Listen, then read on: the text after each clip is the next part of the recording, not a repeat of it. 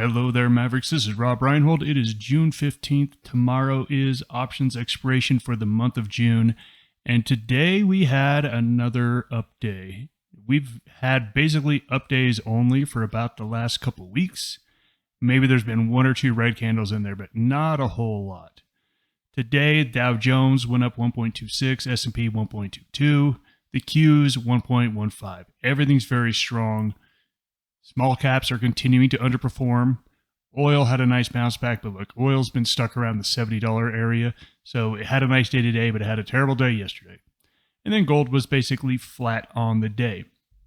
Now, the news stories we had today were, number one, retail sales were better than expected. So that gave another little boost to the market. We just heard from the Fed yesterday.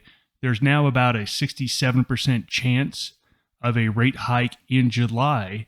Now, look, we've been told that rate hikes will make the market go down. The market didn't get the memo. The market doesn't care at all right now that there may be 2 more rate hikes before the end of the year. The market just doesn't care. People are putting money into stocks, and there is a lot of performance chasing. A lot of people don't want to get into the market, but they are forced in because of the performance, and they can no longer sit on the sidelines. Let's take a look at these charts here. And we talked about how the Qs went parabolic. Well, guess what? The S&P is now starting to go parabolic here. So we had this really nice high base, and we are now just off to the races and running. Let's take a look at the Qs. The Qs went parabolic really back here, and here. Look, that's just a nice, strong move. It's just a huge, strong move across the board. If we take a look at the heat map, we had about 7 out of 10 stocks go up today. So this is a very broad rally. We've been calling that this market is going to broaden out. That it's not just the 10 big cap tech stocks anymore. The whole entire market is actually really participating nicely. And it's interesting because take a look at the semiconductors.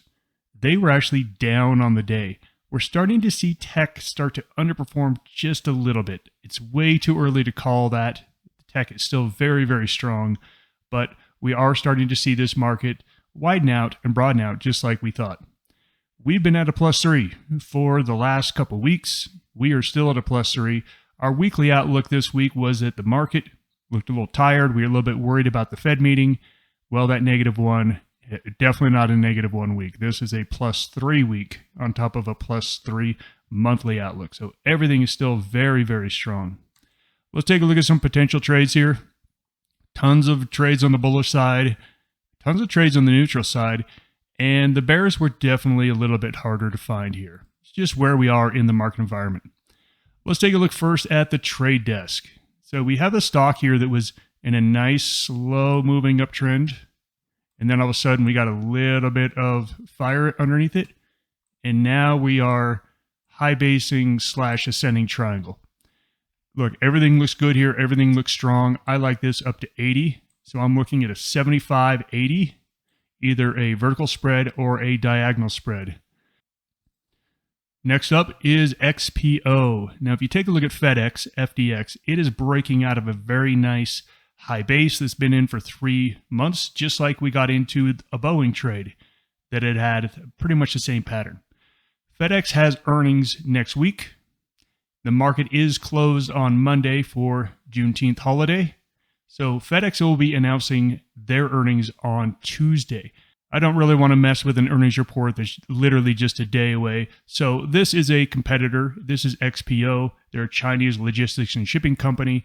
And you can see very nice high base, breaking out of that high base. This base was there for 6 weeks. We've got a lot of gas left in this run. I like 55 as the target. So I'm going to go out to July and do like a 50-55 vertical spread, something like that. I've been able to find lots of sideways stuff as well, and this one's been on my list for a while. I've been mostly doing sideways plays in the oil and gas and basic materials sector.